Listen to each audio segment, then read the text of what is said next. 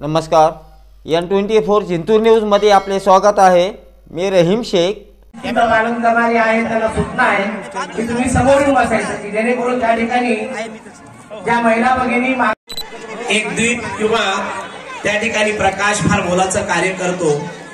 तिमिरातून तेजाकडे नेण्याचा प्रखरतेचा संदेश देणारं हे दीप प्रज्वलन नक्कीच त्या ठिकाणी आपल्या सर्वांच्या आयुष्यामध्ये नवचैतन्य आणि प्रकाश निर्माण करील या शंका नाहीये। सुश्री प्राध्यापक नितीन बानगुडे पाटील यांच्या शुभ हस्ते बानगुडे पाटील यांच्या विचार पुष्पाच्या मेजवानीला या ठिकाणी सुरुवात करावी अशी मान्यवरांना विनंती करतो। अशा काळात सुद्धा जे आचार्य मध्ये दर्पणातून सुश्री प्राध्यापक नितीन बानगुडे पाटील यांच्या व्याख्यानातून या ठिकाणी ऐकणार आहोत। दीप प्रज्वलन आणि मराठी पत्रकारितेचे जनक आचार्य बाळशास्त्रींचं विधिवत नितीन बानगुडे पाटील यांचं ही शिवव्याख्यान प्रेरणादायी व्याख्यान या ठिकाणी वरती बोलणारं नाटकच आपल्याला उद्या या ठिकाणी पाहायचं आहे। आचार्य बाळशास्त्री जांभेकर यांच्या प्रती मी मान्यवरांप्रती जिंतूर सेलू विधानसभा मतदारसंघाचे आमदार माननीय सौ मेघनादिनी साखोरे बोर्डीकर शेख शकीलबाई यांना माझी विनंती असेल त्यांनी विचारपीठातून स्थानापन्न व्हायचं आहे। संघाचे अध्यक्ष शेख शकीलबाई यांना माझी यांचं या ठिकाणी शुभागमन झालेलं आहे। ज्या आजच्या कार्यक्रमाच्या या व्याख्यानमालेच्या आजच्या अध्यक्ष पत्रकार संघ या ठिकाणी स्वागत करणार आहे। आणि म्हणून प्रथमतः आजच्या या नवबळ जगण्याची नवी उमेद आणि आपलं जगणं त्या ठिकाणी सकारात्मक कसं होईल, नकारात्मकता आपल्या जीवनातून कशी निघून जाईल। तालुका मराठी पत्रकार दिनानिमित्त चाहता वर्ग आहे आणि इथे सुद्धा आपण बघतोय मोठ्या संख्येने म्हणजे मुलं मुली लहान आमचे तरुण मित्र या ठिकाणी आपल्याला ऐकायला आलेले आहेत। ते आपल्या सर्वांचे परिचित आदरणीय प्राध्यापक नितीन बानगुडे पाटीलजी या ठिकाणी उपस्थित आमचे मार्गदर्शक आदरणीय मुकुंद सावजी। बघा, भारतीय जनता पार्टीच्या कामावरती विश्वास ठेवून ह्या महाराष्ट्रामध्ये आली म्हणून 2.5 वर्ष आपल्या सर्वांची ही वाया गेली। जो मराठवाड्याचा विकास होणार होता तो खुंटला गेला। परंतु जेव्हा भारतीय जनता पार्टीचं एकनाथ शिंदे साहेबांच्या नेतृत्वामध्ये सरकार त्या महाराष्ट्रावरती आलं तेव्हा सगळ्यात पहिली मागणी शहरामध्ये 5 कोटी रुपयाचा नाट्यगृहासाठी निधी हा मंजूर करून आणला। हा GR सुद्धा मी या ठिकाणी आणलेला आहे। मी आपल्या बबलू शकील भाईंना हे त्यांच्या हातात देते की तो तुम्ही तपासा। परंतु खूप प्रयत्न केले की आमच्या चोरड्याजींची अनेक जणांची इच्छा होती की हे नाट्यगृह निष्ठाचा प्रयत्न करतात, सुटायची कोशिश करतात, धडपड करतात, पण साखळदंड तुटत नाही। ते प्रयत्न करून थकतं, दमतं, शेवटी ठरवून घेतं हा साखळदंड आपण तोडूच शकत नाही। तेच हत्तीचं पिलू मोठं होतं, बलाढ्य होतं, अफाट ताकदीचं होतं, मोठमोठाले वृक्ष आपल्या सोंड्याने उन्मळून टाकतं, पण अशा बलाढ्य हत्तीला माहूत कधीच साखळदंडाने बांधून ठेवत नाही। तुम्ही नेहमी बघा, मोठा हत्ती बांधलेला नसतो, त्याच्या पायात फक्त साखळदंड सोडलेला असतो। कुणीतरी माहूताला विचारतं, एवढा बलाढ्य हत्ती तुम्ही त्याला बांधून ठेवत नाही? माहूत म्हणतो, मी त्याला बांधून ठेवायची गरजच नाही, त्यानं स्वतःला बांधून घेतलंय, आपण इथून निसटू शकत नाही। आमच्या नगर पिढीचं तसं झालंय का? बांधून घेतलंय त्यांनी, करू शकत नाही हो। अशक्य हा शब्द फक्त मूर्खांच्या शब्दकोशात असतो असं नेपोलियन सांगतो। अशक्य काहीच नाही या जगात, अजिबात नाही, पण हे आम्ही घडवायला हवं। एखाद्या घरातली गंमत बघा, मूल लहान असतं, रांगत असतं, आई स्वयंपाक करत असते, ते पोर आईची नजर चुकून हळूच अंधाऱ्या खोलीकडे झेपावतं, आईचं लक्ष जातानाही सांगतात ते नको जाऊ, अंधारात भाऊ असतो, नाही जायचा, ते तिथंच थबकतं। आई परत स्वयंपाकाला लागते, आईचं लक्ष नाही बघून ते पोरग परत अंधाराकडे झेपावतं। धाडस त्याच्यात नैसर्गिक आहेच हो, कुतूहल त्याला आहेच, उजेडात काय आहे त्याला दिसतंय, अंधारात काय आहे ते त्याला बघायचंय, ते झेप आई परत सांगते, सांगितलं ना नाही जायचं, अंधारात भाऊ असतो, नाही जायचं, ते पोरग परत थबकतं। आई परत स्वयंपाकात मग्न होते. आईचं लक्ष नाही बघून ते पोरग परत अंधाराकडे झेपवतं. आई बघते, मग मात्र संतापते, उठते, त्या पोरला उचलते आणि लांब नेऊन ठेवते. सांगते, सांगितलं ना नाही जायचं, अंधारात भाऊ असतो. त्या मुलाच्या अर्धजागृत मनावर कायमचा संस्कार होतो, अंधारात भाऊ असतो. पट्ट्या पुढं 2 पोरांचा बाप झाला तरी अंधारात जात नाही. बर मला सांगा, एवढ्या संख्येनं तुम्ही येताय, कुणी भाऊ बघितलाय का? पण नसलेला भाऊ का डोक्यात उभा करता?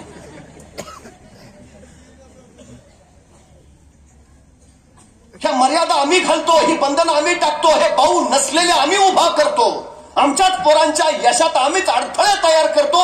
ही सगळ्यात महत्वाची गोष्ट आहे. सगळ्यात मी वारंवार सांगतो, प्रेरणा देणारी, प्रोत्साहन देणारी, पुढे चल म्हणणारी माणसं ज्या समाजात असतात, त्या समाजात इतिहास घडवणारी माणसं तयार होतात. आणि मागं फिर नको करू, नाही जमणार, कशाला करतो, तिथं इतिहासच तयार होत नाही.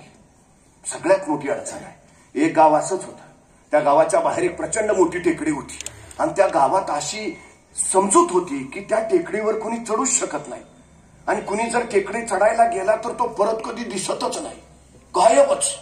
त्यामुळे वर्षानुवर्ष त्या टेकडीकडे कोण जायलाच तयार नाही, तिकडं बघायचे पण नाहीत लोक, डोक्याला तापच नको. पण 15 ऑगस्टच्या दिवशी त्या गावातल्या काही तरुण बंडखोर पोरांनी ठरवलं, एकदा बघूच काय त्या टेकडीकडे. आणि 15 ऑगस्टच्या निमित्तानं त्यांनी स्पर्धा जाहीर केली. जो कोणी या टेकडीवर चढेल त्याला 1 लाख रुपयाचं बक्षीस. सगळ्या गावात खळबळ उडाली, सगळ्या ज्येष्ठांची पंचायत बसली. अरे काय डोकी फिरलीत का? आतापर्यंत तिथं कुणी गेलं नाही, गेलेला परत आला नाही. मग विषयाची परीक्षा कुणी सांगितली? कशाला ही स्पर्धा? काय नाही, ते सगळं बंद करून टाका, चांगलं चाललंय, कशाला बिघडवताय, अजिबात काय करायचं नाही. अहो 70-80 पोरं भाग घेणार होती, 50 पोरं आई बापाने घरातनं बाहेर सोडली नाहीत. स्पर्धा सुरू झाली, 10-20 पोरं कशी तरी, पण त्यातल्याही आईबाप माग नको नको नको, एकुलतायस नको, नाही काय केलंस तरी चालेल, आम्ही तुला जगवतो पण नको.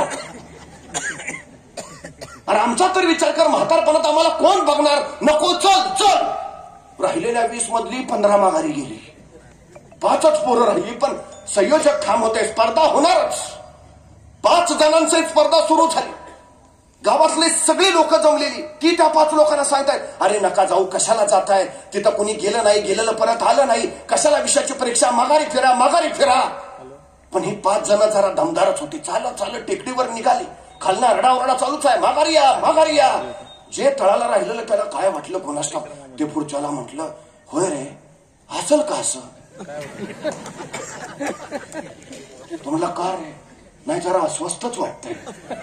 मग जातो परत. ते तळातनच माघारी गेलं. राहिले 4, ते पुढं पुढं पुढं पुढं निघाले, खालना रडाओरडा चाललाय, माघारी फिरा, माघारी फिरा. पुढचं हे, आणि अचानक शेवटचे जो होते ते ठेचकाळून धाड दिशी खाली पडलं. ते दुसरं त्याला उचललं. काय झालं काय कळलंच नाही रे.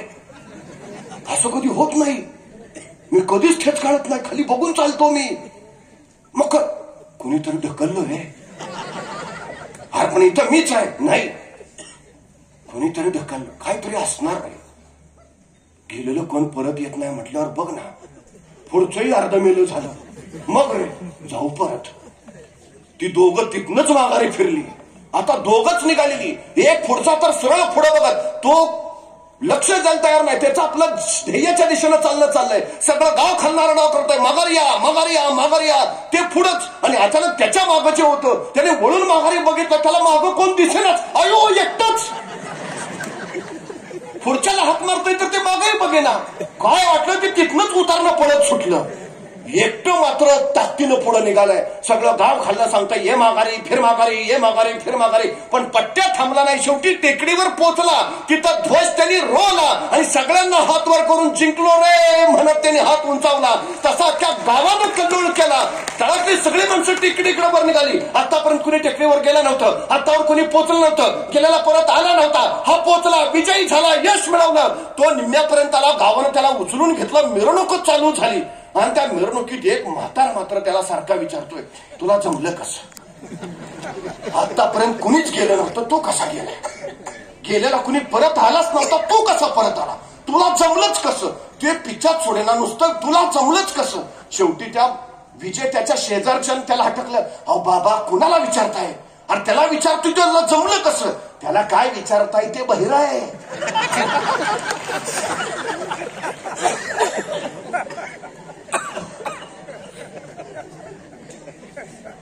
त्या माऊलीला काही कळेना. आपलं घर गरिबीचं, आपलं घर दुःखाचा, उराशी गरिबी घेऊन झोपतो आपण. पोराला जत्रेसाठी 10 रुपये द्यावे कुठून, आणावे कुठून? ती माऊली विचार करत राहिली. शेवटी दिवडीतला खुरपा उचललं आणि दुसऱ्याच्या शेतात ती खुरपायला भांगलायला गेली. दिवसभर खुरपणं भांगलनं केलं, दिवसभर राबली, काबड कष्ट केले. संध्याकाळी रोजगाराचे पैसे हातावर पडले तर प्रसन्न मनाने घरी आली. आता विश्वास होता पोराला जत्रेसाठी 10 रुपयाची नोट देता येईल. पोरग शाळेतून घरी आलं. आईला सांगितलं, आई आज लवकर झोपतो, मला पहाटे लवकर उठाव, लवकर जत्रेला जायचंय. मुलगा झोपी गेला. पहाटे लवकर उठला. आईला उठवलं, आई लवकर भाकरी टाक, मी अंघोळ करून येतो. आई चुली पुढे गेली. पोरग अंघोळीला गेलं. आईनं चुलीवर त्या लालबुंदांनी खऱ्यावर भाकरी भाजायला सुरुवात केली. त्याच लालबुंदांनी खऱ्यावर तिनं दुधाचं पातेलं ठेवलं. तोपर्यंत पोरगा ताट्यावरून बसलं. आई लवकर वाढ, उशीर होतोय. आईने इकडे तिकडे बघितलं. लालबुंदा फुलेल्या निकऱ्यावरची भाकरी काढली, मोडली, दुमडली, पोराच्या थालीत टाकली. तोपर्यंत पोराच्या वेळी खुंबली. आई लवकर वाढ, उशीर होतोय. आईने इकडे तिकडे बघितलं. लालबुंदा फुललेल्या निखऱ्यावरचं दुधाचं पातेलं सुद्धा गरमागरम लालबुंद झालं होतं. उचलायला काहीतरी हवं होतं पण सापडत नव्हतं. पोराच्या वेळी पुन्हा खुंबली. आई लवकर वाढ, उशीर होतोय. शेवटी आईनं विचार नाही केला. तशाच रिकाम्या बोटाने त्या गरमागरम लालबुंद पातेलं उचललं. चर्र दिशे चटका बसला. कळभर मस्तकात सिंचन केली. डोळ्यातनं खळ दिशा सुरू सुटला. चटका सोसेना. हात झटक्यात मागा आला. पदरात गुंडाळला गेला. पण तोपर्यंत पोराच्या वेळी घुमली. आई लवकर वाढ, उशीर होतोय. शेवटी आईनं भाजल्या बोटांचा विचार नाही केला. त्याच भाजल्या बोटाने तिनं ते गरमागरम लालबुंद पातेलं उचललं. चर्र दिशे चटका बसला. कळभर काळजापर्यंत गेली. पण सगळा चटका सोसत घट्ट धरलं पातेलं. पोराच्या थाळीत दूध ओतलं. दूध ओतताना पोरानं बघितलं आईच्या डोळ्यातनं पाणी येत आहे. पोरग मान खाली घालून दुधात भाकरी कुस्करून निमुटपणे जेवायला लागलं. पोराचं जेवण झालं. पोरग जत्रेला निघालं. आईनं कुशीत घेतलं, डोक्यावरून हात फिरवला. त्याला सांगितलं, नीट जा, नीट ये, फार वेळ थांबू नको, अंधार पडायच्या घरी ये. काकोटीला ठेवली 10 रुपयाची नोट काढली, पोराच्या हातावर दिली. सांगितलं, काहीतरी खायचं, काहीतरी घ्यायचं, उपाशी राहू नकोस. पोरग 10 रुपयांची नोट घेऊन जत्रेला गेलं. दिवसभर जत्रेत रमलं. गरगर फिरणारे पाळणे बघितले, जिलेबी बघितली, बताशी बघितली, खेळणी बघितली. हरकून गेला, बहरून गेला, आनंदून गेला जत्रेत. संध्याकाळी अंधार पडायला लागला. पोरग घरी परतायला लागलं. आई दाराशी वाट पाहत उभा होती. मुलगा येताना दिसला. आईला हायसं वाटलं. लगबगीनं जवळ गेली. पोरला कुशीत घेतलं, डोक्यावरून हात फिरवला. त्याला विचारलं, अरे काय काय बघितलं जत्रेत? पाळण्यात बसलास का? जिलेबी खाल्लीस का? अरे 10 रुपये दिले होते तुला, काय काय एखादं खेळणं घेतलंस का? काय केलंस त्या 10 रुपयाचं? तसं पोरगा आईच्या कुशीतनं बाजूला झालं. आईला म्हणालं, अगं धीर तर धर, सांगतो तरी. आई म्हणली, सांग ना लवकर, काय काय आणलंस त्या 10 रुपयांचं? तसं पोरगा आईला म्हणाला, आई डोळे मीठ. आई म्हणली, का रे? नाही नाही, डोळे मीठ आधी. आईने डोळे मिटले. हो बाळा, मिटले डोळे मीठ. आता दाखव काय आणलंस त्या 10 रुपयांचं?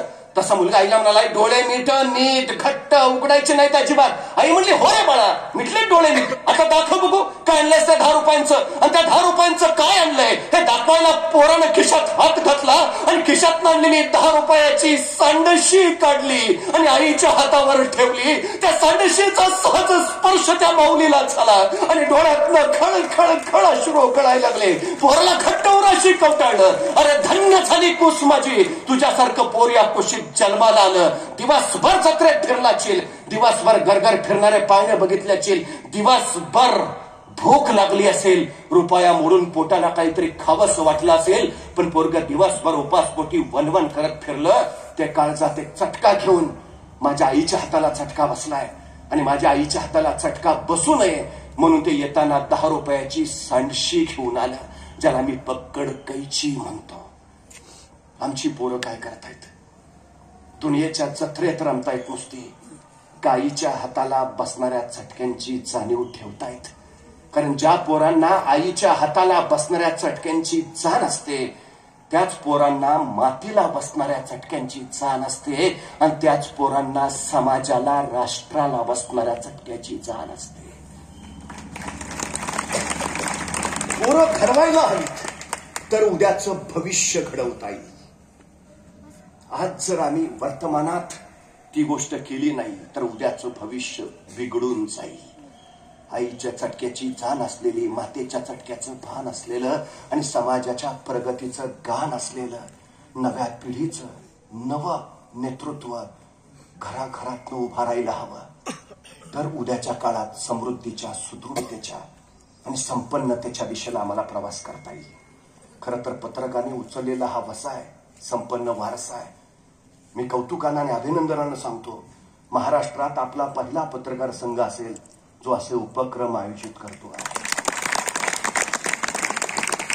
आपल्या सगळ्यांना त्यासाठी मनपूर्वक शुभेच्छा देतो. आपल्या सगळ्यांची रजा घेतो. धन्यवाद.